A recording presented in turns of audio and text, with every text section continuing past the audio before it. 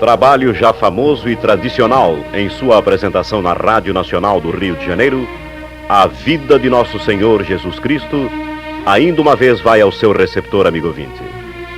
Trabalho vazado no maior tema religioso e dramático da humanidade, esta radiofonização esteve a cargo de Giuseppe Ghiaroni, que aliou aos seus conhecimentos técnicos de rádio o seu talento poético. Todo o antigo cast da Rádio Nacional, que contava com perto de uma centena de artistas, aqui está. E iremos ouvir vozes de muitos colegas que já nos deixaram, encontrando-se em outras atividades, como também daqueles que partiram para sempre, como César Ladeira, Ismênia dos Santos, Darcy Casarré, Domingos Martins, Tina Vita, Mafra Filho, Milton Rangel e tantos outros que hoje continuam vivos em nossa saudade. E agora, para a sua meditação, vamos reviver a paixão daquele que foi o Messias, Redentor da humanidade.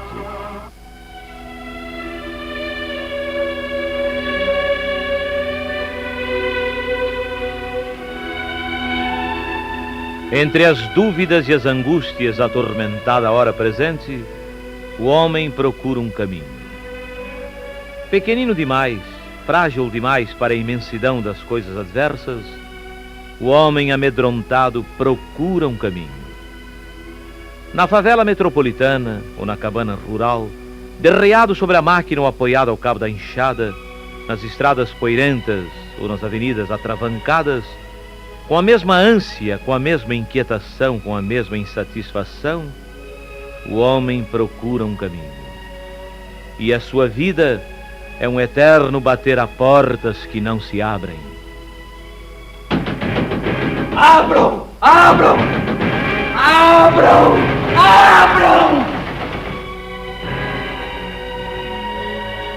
E não obstante, se o homem detivesse por um instante a sua busca no árido campo da matéria, se o homem parasse um momento e olhasse para dentro de si mesmo e deixasse falar o seu próprio coração, dentro do qual há sempre uma criança repetindo uma lição de catecismo, se o homem deixasse fazer-se um pouco de silêncio dentro do seu ser, estranhamente, maravilhosamente, uma luz vivíssima iria aparecendo diante dos seus olhos, iluminando a terra. E uma voz puríssima, ainda mais luminosa do que a própria luz, soaria ao seu ouvido tão nítida, tão certa, indicando a direção. Eu sou o caminho, a verdade e a vida. Aquele que me seguir não perecerá.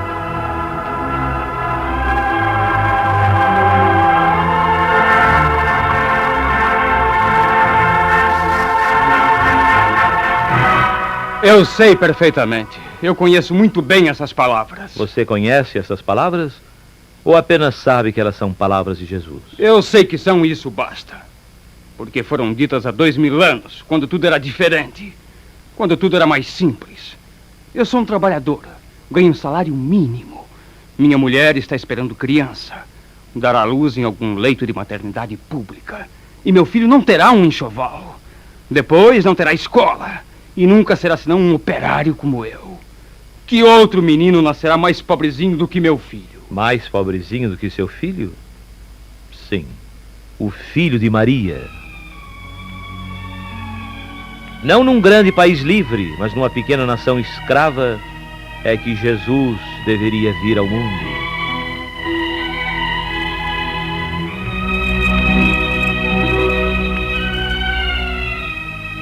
Pelas ruas de Belém, o operário, o carpinteiro José, amparava a Virgem Maria, que naquela noite santa viria a ser mãe.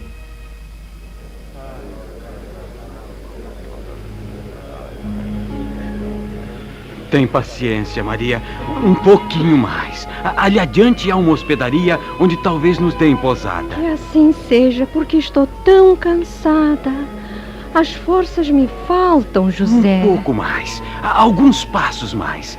Ali naquela estalagem, haverão de nos abrigar por esta noite. Sim. Ô de casa! Haverá um cantinho onde minha pobre mulher possa se abrigar por esta noite? Impossível, peregrino. Esta estalagem está superlotada como todas as outras. Um cantinho qualquer. Minha mulher vai ser mãe e viajamos desde Nazaré. Impossível, peregrino. A cidade está cheia de gente que vem de todos os recantos para o recenseamento. Todos disputam a peso de ouro, um retalho de teto ou uma nesca de chão. Como é que tu e tua mulher, pobres viandantes, sem um ceitil, havereis de encontrar pousada? Adiante, peregrino, adiante!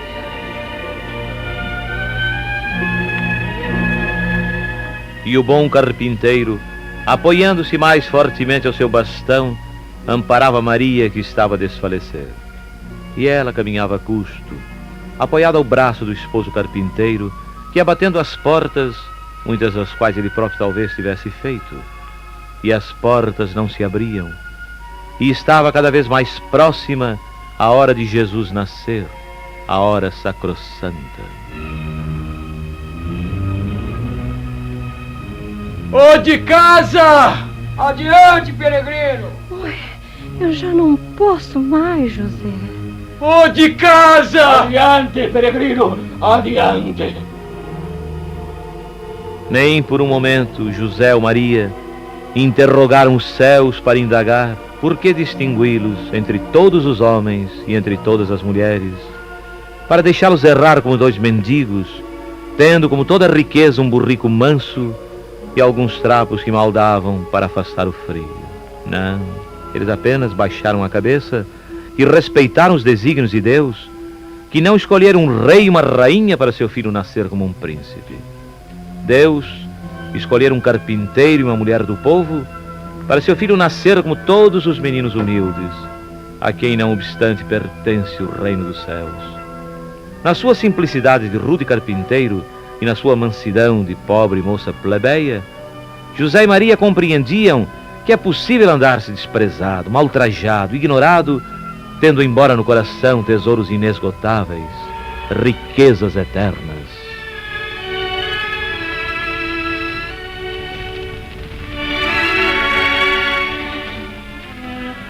Naquela noite bendita entre todas as noites, as patas do burrico foram deixando para trás as ruas movimentadas de Belém.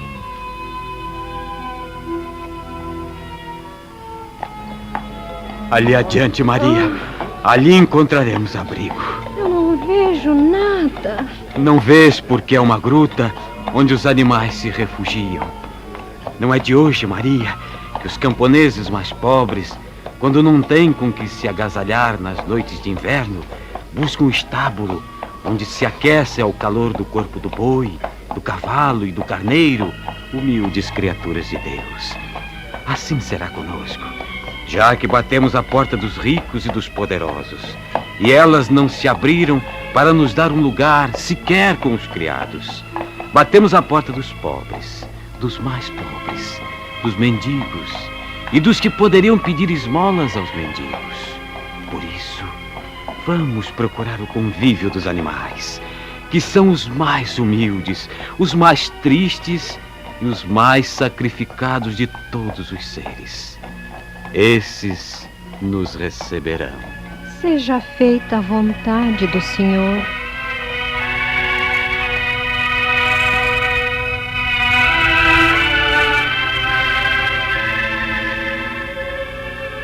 Entre os animais que hoje reverenciamos no presépio do Natal, numa tosca manjedoura forrada de palha, nasceu o mais pobre, o mais destituído, o mais abandonado de todos os meninos. E naquele momento, sem que a turbo suspeitasse, os astros estremeceram em suas órbitas, os anjos cantaram hosana, e uma estrela refulgente riscou o espaço, guiando os 3 reis magos que vinham do Oriente para adorar o menino Deus, oferecendo ouro, incenso e mirra.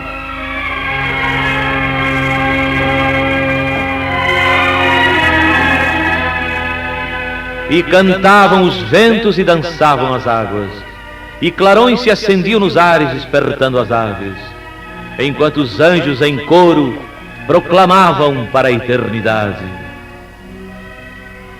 Glória a Deus nas alturas e paz na terra aos homens de boa vontade.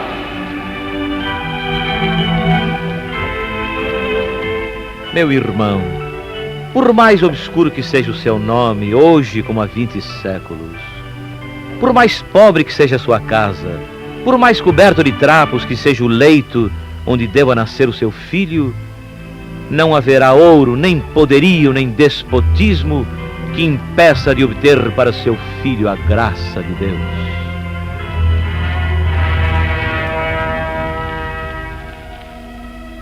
Há momentos e há lugares em que o século em que nós vivemos parece ter criado alguma coisa nova em matéria de perseguição e de terror. E o homem que não tem a experiência dos séculos guardada no coração e sente-se vítima de um tormento novo, julga-se só entre o pavor, o sangue e o desespero.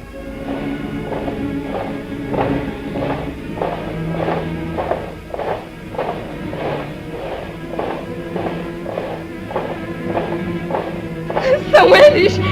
São eles! Vim buscar você! Vão levar você para um campo de concentração! Não grite! Talvez não seja para mim. Vê, já estão se afastando. Ninguém sabe que eu estou na cidade. Espionagem tudo sabe, tudo vê. Todos os nossos líderes foram fuzilados ou foram exportados como gado humano para os campos de concentração. Mocinhos quase meninos, cujo crime único consistiu em levantar a voz e o braço pelo direito de pensar e de crer. Será que não bastou o sangue derramado, as lágrimas choradas, a dor e o luto e o desespero? Silêncio! Eles voltam! Silêncio! É inútil silenciar. Eles nos encontrarão. Eles nos esmagarão. Eles...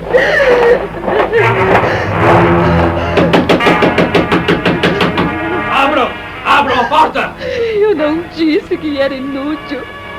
Nós somos os fracos, os pequenos, os perseguidos. Querida, quem se lembrará de nós, os perseguidos?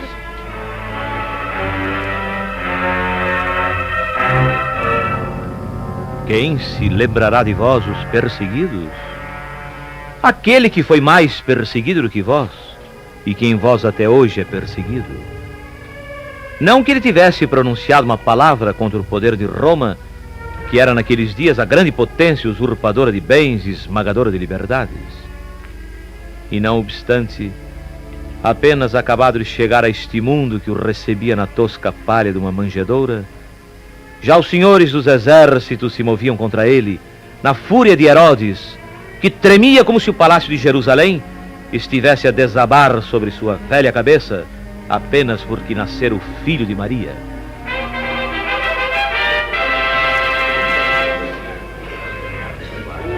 Escribas do povo, príncipes dos sacerdotes, guardas, espiões, não fiqueis aí embasbacados diante de mim.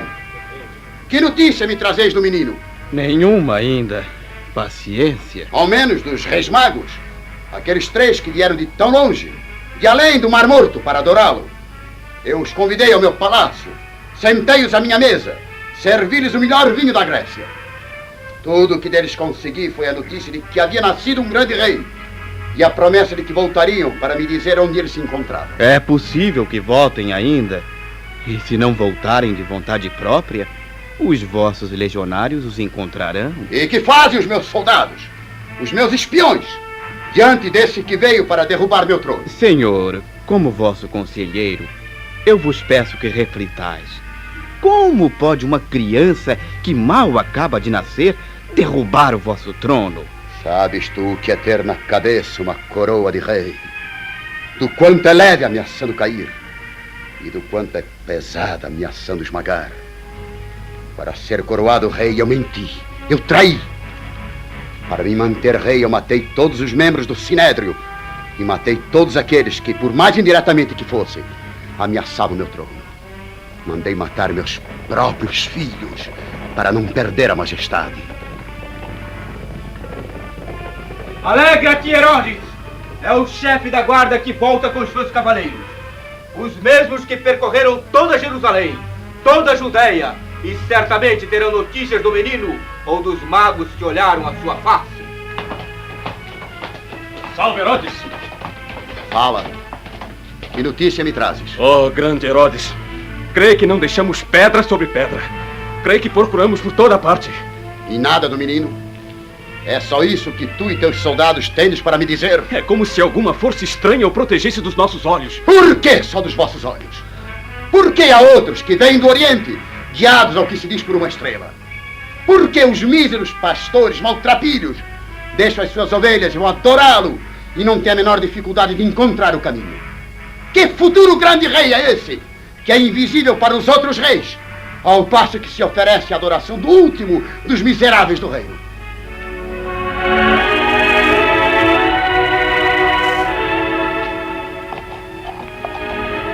José, descansemos um pouco. O Egito está muito longe e meu filhinho deve estar muito cansado. Sim, Maria. É bom que repousemos aqui, onde há algum abrigo, porque o vento está começando a soprar mais forte. Uma tempestade de areia nos impediria de completar a nossa fuga para o Egito. Dá-me a criança. Ateia e abriga-te aqui ao meu lado. Tens sofrido tanto nestes dias. Oh, mas o vento está mais brando. José, dá-me o meu filho. Assim. Sim, José, tenho sofrido muito nestes dias. E tu, meu filhinho? Um anjo anunciou a tua vinda. Uma estrela no céu nasceu contigo. Reis e pastores vieram adorar-te. E a despeito de tudo isso, tu nunca tiveste um momento de paz e de conforto. Só tu, de todas as crianças, não tens ao menos o direito de permanecer em Belém, onde nasceste. Não é, Maria, que ele não tem o direito de ficar em Jerusalém. É que ele tem o dever de partir para o Egito, a fim de que se cumpra a profecia. Foi ainda o anjo do Senhor quem me apareceu em sonho e me disse: José, levanta-te. Pega o menino e sua mãe e foge para o Egito. Lá deixa-te ficar até que eu te avise, porque Herodes busca o menino para matar.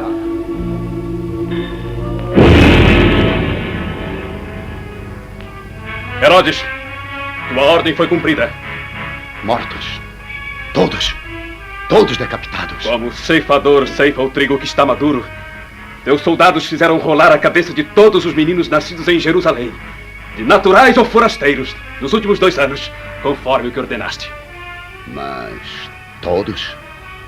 Não escapou nenhum? Não escapou nenhum. Agora sim. Agora sim. Onde estás, ó grande rei de Israel? Onde estás, Redentor, que não redimes a tua cabecinha decepada dos ombros ensanguentados? Onde estás tu, que abalarias o meu trono? Pequenino Jesus, que é feito de ti? Que é feito de ti?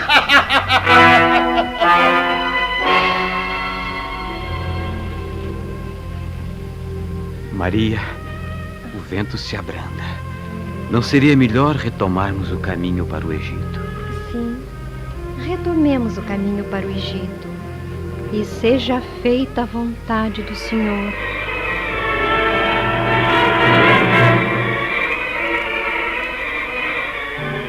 E quando o vento dos tempos varreu de Herodes a sua pompa, sua arrogância, sua vida, eis que no Egito um anjo do Senhor apareceu a José em sonho e lhe disse: Levanta-te, pega o menino e sua mãe e volta para a terra de Israel, porque aqueles que queriam tirar a sua vida já estão mortos.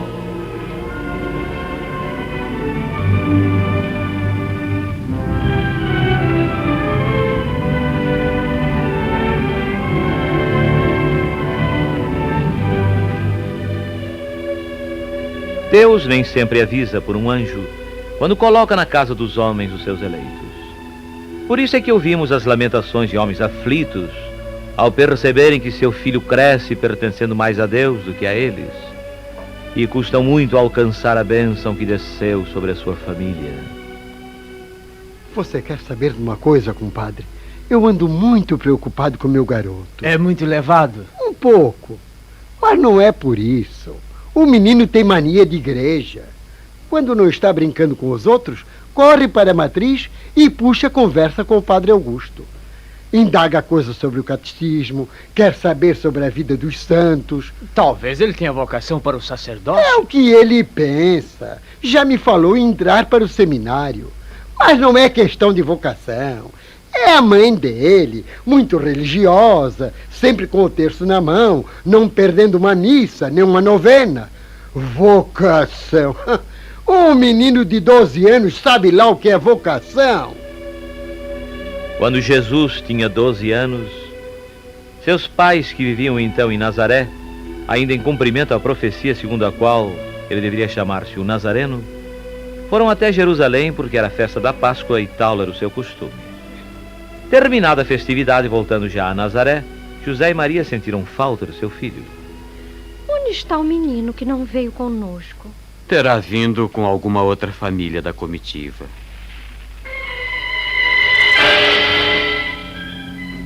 Não, seu filho não veio conosco. E temos buscado em toda Jerusalém e ninguém sabe dar notícia de nosso filho. No templo não é possível que ele tenha ficado. Não sei, Maria. Mas quando vi pela última vez, ele estava lá. 3 dias depois da Páscoa. 3 dias. José e Maria foram encontrar seu filho sentado no templo, cercado pelos homens de saber que lhe faziam perguntas. O menino de 12 anos estava ali, tranquilo como em sua própria casa. Os doutores é que se deslumbravam com as suas respostas inconcebíveis para uma criança. Como é possível que um menino que ainda mal começou a viver já saiba de cor o que outros só começam a entender quando já tem cabelos brancos? Ouve, menino. Outra pergunta te quero fazer sobre Moisés quando após a travessia do Mar Vermelho... Meu filho, até que enfim... Oh, menino, aí estás. Como é possível que tenhas ficado 3 dias fora de casa? Fora de casa? Eu não estava fora de casa. Filho, por que fizeste assim conosco? Eu e teu pai te procurávamos cheios de aflição. Por que me procuráveis? Não sabeis que eu devo ocupar-me das coisas de meu pai? As coisas de meu pai? O que quer ele dizer? Não sei. Não sei o que ele quer dizer. Mas sei que as suas palavras me ficarão para sempre gravadas no coração. Quando no seio de uma família pobre ou rica vai se formando um menino que atende mais ao dobrar do sino da igreja e que se mostra mais interessado nos livros sagrados, o pai estranha sua vocação de salvador de almas.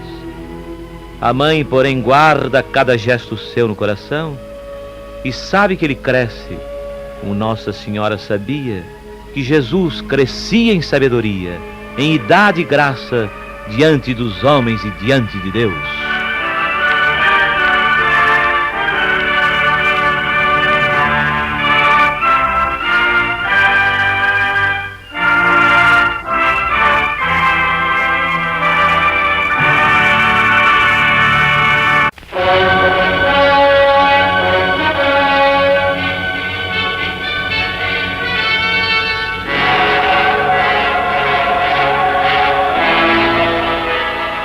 A Rádio Nacional do Rio de Janeiro passa a apresentar a segunda parte da radiofonização da vida de Nosso Senhor Jesus Cristo, produzida por Ghiaroni e desempenhada pelo elenco de radioteatro desta emissora, sob direção de Floriano Faisal.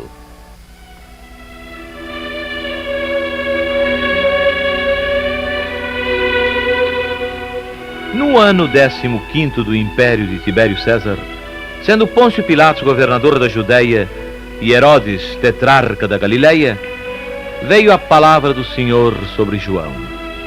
E ele andou por toda a terra da Jordânia, pregando o batismo e a penitência para a remissão dos pecados. Raça de víboras! Raça de víboras? Observe a autoridade com que ele nos chama raça de víboras. Tem os olhos de fogo, esse que chamam João Batista. Olha o traje que usa. Nada mais que um vestido de pele de camelo e um cinto de couro à volta dos reis. Raça de víboras! Como esperais escapar ao severo juízo que vos ameaça? Selvagem, sim. Veio do deserto. Dizem que só se alimenta de gafanhotos e de mel silvestre. E contudo nos chama raça de víboras, como se não fôssemos filhos de Abraão. Não vos vanglorieis dizendo: temos por pai Abraão. Mas como? Porque eu vos digo que destas pedras Deus pode fazer com que surjam filhos de Abraão. E erguendo o bastão, a cabeleira hirsuta tirada para trás, uma luz feroz nos olhos de fogo, o anacoreta João pregava numa voz ribombante que parecia ter a força de erguer o vento e o trovão e sacudir os elementos. O machado já está posto à raiz das árvores, e toda árvore que não dá bons frutos será cortada e lançada ao fogo. Aquele de vós que possui duas túnicas, dê uma ao que não tem nenhuma. Vós, publicanos, vós, cobradores de impostos, não cobreis mais do que está fixado pela lei. Vós, soldados, contentai-vos com o vosso soldo. Não causeis danos a outrem. Arrependei-vos das vossas faltas. Fazei penitência. O machado já está erguido. Procurai dar bons frutos, raça de víboras. Dai bons frutos antes que seja tarde.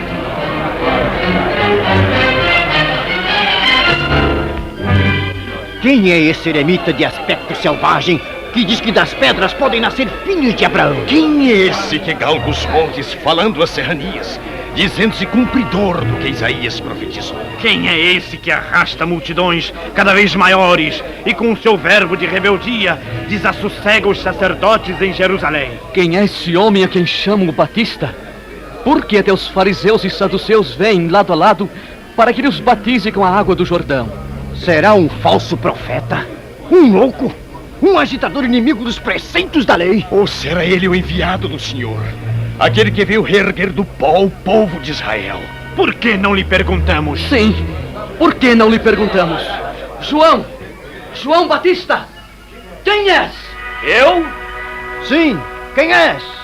Serás porventura o Cristo? O que veio para nos salvar? Não! Eu não sou o Cristo. Então por que batizas? Eu batizo com água, mas depois de mim virá aquele que é mais poderoso do que eu, e de quem não sou digno de desatar as correias dos sapatos.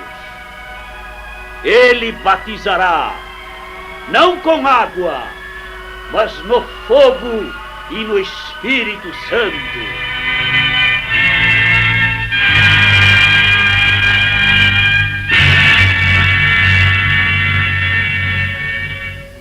Estando próximo o dia em que Herodes, para ser agradável à sua mulher Herodíades, deveria completar o edifício dos seus crimes, mandando encarcerar João Batista, o supremo precursor, eis que por entre a multidão que ouvia as prédicas inflamadas e recebi o batismo, veio caminhando lentamente um homem que poderia ter 30 anos de idade. Vestia uma túnica branca, muito limpa, e nos seus olhos resplandecia a luz da tranquilidade infinita. Dos soldados, dos pecadores, dos essênios, publicanos, saduceus, de todo o povo ali reunido, ninguém o notou. Mas João Batista, ao vê-lo, o sentiu. Sentiu e exclamou: É ele! É ele o Cordeiro de Deus, o que veio para tirar os pecados do mundo. A quem eles se referem? Aquele de túnica branca, com o cabelo penteado à moda dos nazarenos. É ele! É ele de quem eu falava. Depois de mim, virá um de quem não sou digno de desatar as correias dos sapatos. João Batista, toma o púlcaro e derrama a água sobre a minha cabeça. Sobre tua cabeça? Eu? Sim, eu vim para ser batizado. Por mim? Eu é que devia ser batizado por ti. E tu é que vens a mim? Deixa por ora, porque assim nos convém cumprir toda a justiça. Pois bem, se é para cumprir o que está escrito, com esta água eu te batizo.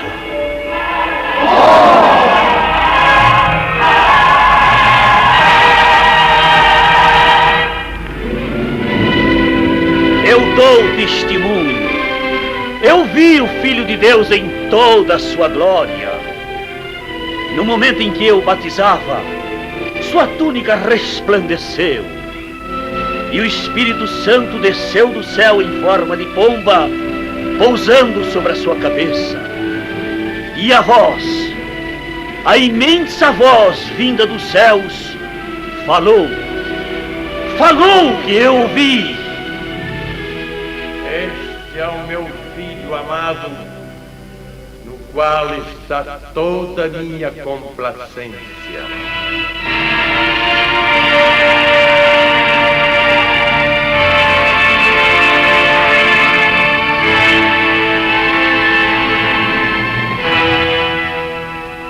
As tentações.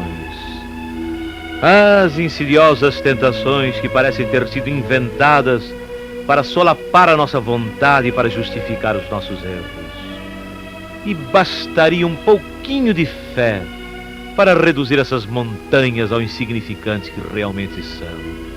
Bastaria um pouquinho de fé para que não se reproduzissem mais certas cenas que ainda hoje se repetem. Meu filho, que é isso? Que dinheiro é esse? Eu tirei na loteria. Fala a verdade, meu filho. Não é assim que se ganha um montão de dinheiro na loteria. Esse dinheiro é do banco, não é? Você roubou, não roubou? Sim, roubei. Não resisti à tentação. Roubei, sim. Meu filho, se ninguém sabe ainda, se o dinheiro ainda pode ser devolvido... Não devolverei. Já resisti demais à tentação, não tendo sequer 100 cruzeiros para almoçar decentemente. E recebendo milhões, pagando milhões. Montanhas de dinheiro passando por minha mão, debulhadas em notas farfalhantes. E eu morrendo de sede dentro d'água. Os automóveis passando, as mulheres sorrindo. E eu guardando para os outros o dinheiro que poria o mundo aos meus pés. Quem pode resistir? Quem tem que resistir a tamanhas tentações? Para ser tentado pelo diabo, foi levado Jesus ao deserto. Tendo jejuado 40 dias e 40 noites, sentiu fome. E o demônio sempre soube que para quem tem fome, um pedaço de pão é a tentação mais terrível.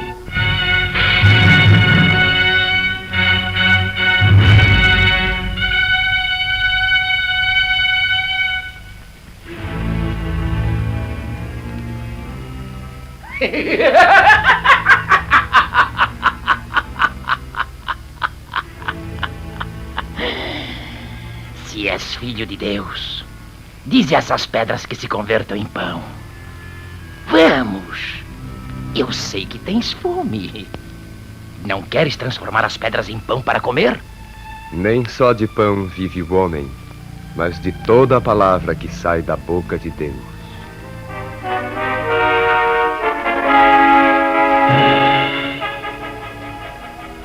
Não tendo podido vencer Jesus pela fome, Satanás o atacou no que ele pudesse ter de vaidade humana. Voou com ele para a cidade santa. Com ele colocou-se no pináculo do templo e o desafiou a mostrar a sua condição divina.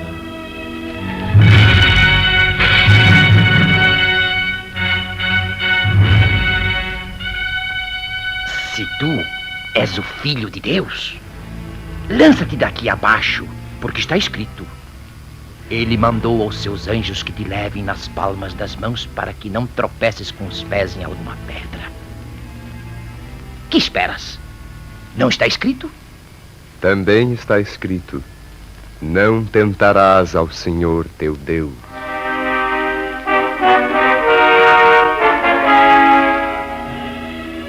Tendo falhado com as armas da fome e da vaidade, Satanás arriscou ainda a terceira tentação, talvez a mais forte, porque tinha base na ambição, a paixão imensa que faz tantos poderosos e tantos outros desgraçados. E transportando Jesus ao cume da montanha mais alta, e onde podia ver a maior extensão de terras, com seus casebres e seus palácios, com a sua pobreza e a sua glória, tentou ainda pela terceira vez.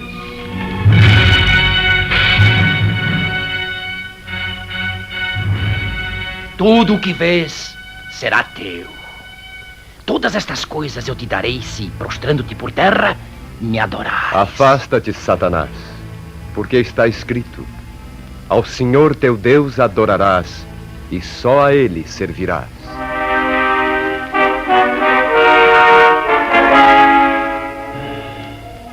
E desde então, não se inventaram tentações mais terríveis que a fome, mais embriagadoras que a vaidade, mais arrasadoras que a ambição.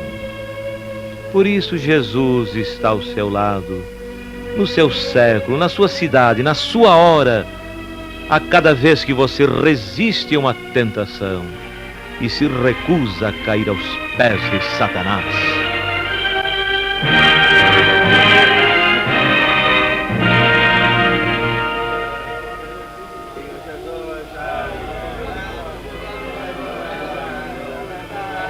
Quem é aquele que sobe a montanha cercado dos companheiros e atraindo tão grande multidão? Aquele é Jesus, também chamado Nazareno. O que caminha ao seu lado é Pedro, um dos seus discípulos. Pedro? Aquele é Simão, o pescador? Era Simão. Mas quando o mestre o chamou a si, disse-lhe: Tu és Simão, filho de Jonas. Mas doravante serás chamado Pedro, que quer dizer rochedo. Por que dizeis o mestre? Acaso é ele o Messias e faz milagres? Sim, é ele o Messias. João Batista, o santo homem que está encarcerado por ter tido a coragem de dizer a Herodes a verdade sobre o tetrarca e sua mulher. João Batista declarou que batizava e pregava, apenas amainando o caminho para o Filho de Deus. E o Filho de Deus é aquele que ali está. Por que falas com tanta certeza, mulher? Já o viste de perto? De muito perto. Na minha terra, na Samaria, na cidade de Siquém, junto ao poço de Jacó. Ele me pediu de beber. Respondi-lhe que um judeu não deveria pedir água a uma samaritana. Ele me disse então que se eu quisesse, ele me daria de beber a água viva, da qual quem bebe nunca mais tem sede, porque é uma outra água, diferente da que se retira do poço de Jacó. E sem tirar do meu rosto os seus olhos mansos, os seus olhos bons, pôs-se a me falar de mim mesma e de todos os meus pecados. E eu conheci que ele era mais do que um profeta. Deixei o meu cântaro ao pé da fonte e corri à cidade, porque o Cristo me havia falado. Não é preciso ser o Cristo para conhecer os pecados de uma mulher que os não esconde. Eu pergunto sobre os milagres que ele fez. Eu vi. Em Caná da Galileia, celebravam-se umas bodas e faltou o vinho. Aquele homem que ali está mandou que enchessem de água umas talhas de 3 talmudes. Sim? Em seguida ordenou que servissem. E a água tinha virado vinho. Vinho tão bom e tão puro como talvez nem o próprio Herodes já tenha tomado em seus festins. Ele fala como quem tem autoridade. Eu vi quando ele expulsou os vendilhões do templo, escorraçando-os com as suas mercadorias, seus bois e ovelhas, dizendo-lhes: não façais da casa de meu pai uma casa de negócios. Eu vi com estes olhos em Cafarnaum, quando ele expulsou um espírito imundo que se apoderara de um homem. E todos ficaram assombrados com seu imenso poder. Eu vi mais do que isso. Na praia do lago de Genezaré, os pescadores estavam desanimados, porque haviam pescado toda a noite e não recolhendo peixe algum. Aquele que lá está, na encosta do monte, mandou que lançassem de novo as redes. Assim fizeram. E trouxeram tanto peixe que as 2 barcas quase foram a pique. Por esses e tantos outros prodígios, e pela palavra consoladora dos seus lábios, é que todo este grande povo se reúne para ouvi-lo, a despeito do que dizem os escribas e fariseus. Silêncio! O mestre vai falar! E por sobre a multidão agora cabisbaixa e silenciosa, veio do alto a voz de Jesus para dizer palavras tão belas que tanto poderiam estar sendo ditas da montanha para o céu, quanto do céu para a montanha. Se Jesus não tivesse feito nenhum outro milagre para provar que ele era o Filho de Deus, bastaria o sermão da montanha, este milagre de palavras imortais.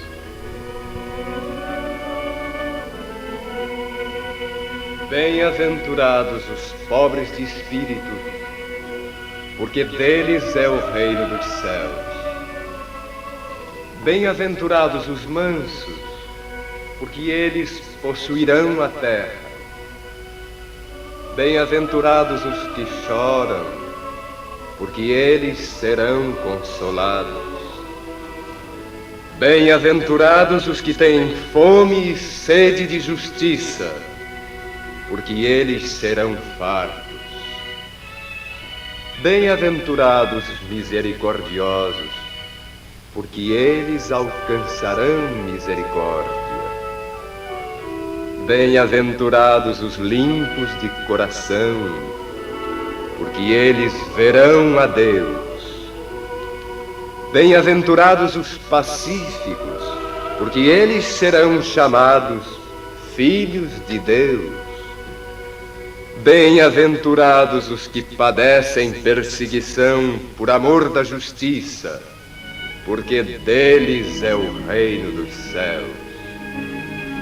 Bem-aventurados sereis quando vos perseguirem e injuriarem por meu respeito. Alegrai-vos e exultai, pois o vosso galardão é copioso nos céus.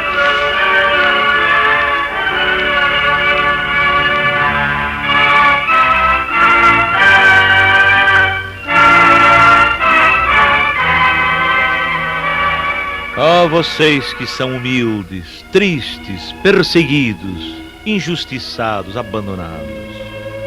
Estas palavras não têm 2000 anos.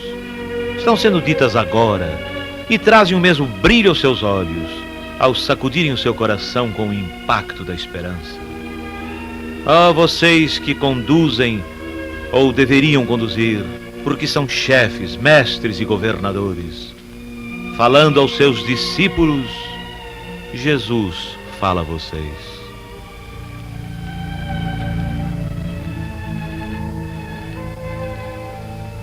Tendes ouvido o que foi dito aos antigos: amarás o teu próximo e aborrecerás os teus inimigos. Mas eu vos digo, amai os vossos inimigos, fazei bem aos que vos têm ódio, orai pelos que vos perseguem e caluniam, para serdes filhos do vosso Pai que está nos céus, o qual faz nascer seu sol sobre bons e maus, e cair a chuva sobre justos e injustos. Porque se vós não amais, senão aos que vos amam, que recompensa haveis de ter? Não fazem os publicanos a mesma coisa? E se vós saudardes somente os vossos irmãos, que fazeis nisso de especial? Não fazem também assim os gentios? Sede vós, logo, perfeitos, como vosso Pai Celestial é perfeito.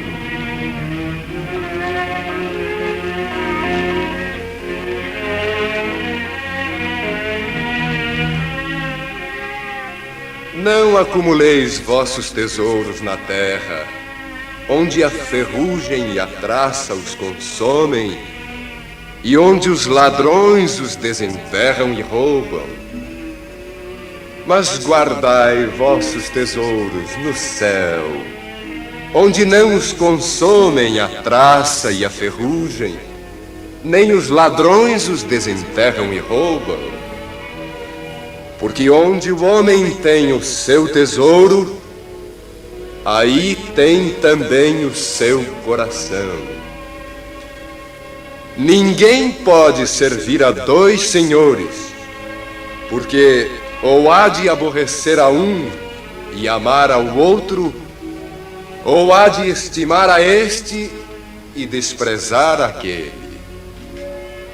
Não podeis servir a Deus e às riquezas.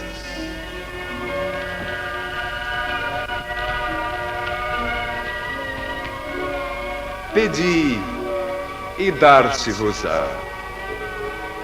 Buscai e achareis. Batei e a porta abrir-se-vos-á. Porque todo aquele que pede, recebe, e o que busca, acha, e a quem bate, a porta se abre.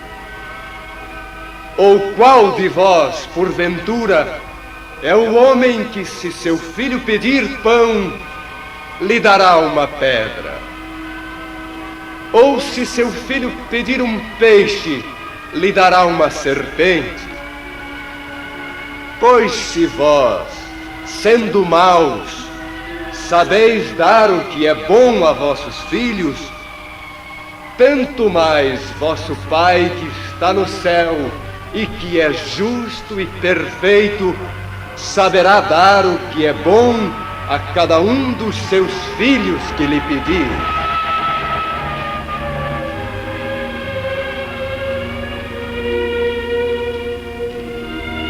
A linguagem com que Jesus nos fala no Sermão da Montanha é a poesia dos anjos. Como é pura e como é terrível. Guardai-vos dos falsos profetas, que vêm a vós vestidos de peles de ovelhas, e por dentro são lobos vorazes. Pelos seus frutos os conhecereis. Porventura os homens colhem uvas dos espinhos, ou figos dos abrolhos? Assim, toda árvore boa dá bons frutos, e a árvore má dá maus frutos. Toda árvore que não dá bons frutos será cortada e lançada ao fogo. Assim, pelos seus frutos os conhecereis. Nem todo aquele que me diz, Senhor, Senhor, entrará no reino do céu, mas sim aquele que faz a vontade de meu Pai. Aquele entrará no reino do céu. Muitos me dirão no último dia: Senhor, Senhor, não profetizamos em teu nome? Não expelimos em teu nome os demônios? E em teu nome não obramos muitos prodígios? Então eu lhes direi em voz bem clara: pois eu nunca vos conheci. Apartai-vos de mim, ó vós que obrais a iniquidade. Todo aquele que ouve estas minhas palavras e as observa, será como o homem sábio que edificou a sua casa sobre a rocha. E veio a chuva, e transbordaram os rios, e sopraram os ventos, e se precipitaram sobre aquela casa. Ela, porém, não caiu, porque estava edificada sobre a rocha. E todo aquele que ouve estas minhas palavras e não as cumpre, será como o insensato que construiu a sua casa sobre a areia. E veio a chuva, e transbordaram os rios, e sopraram os ventos, e se precipitaram sobre aquela casa. E ela caiu, e foi grande a sua ruína.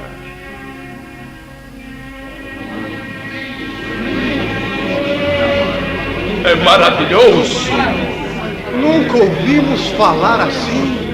Nunca ninguém nos falou assim. E observem que ele fala como quem tem autoridade, não com as blandícias e os rodeios dos escribas e fariseus.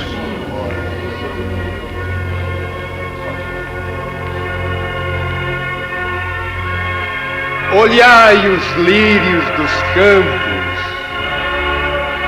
olhai as aves do céu.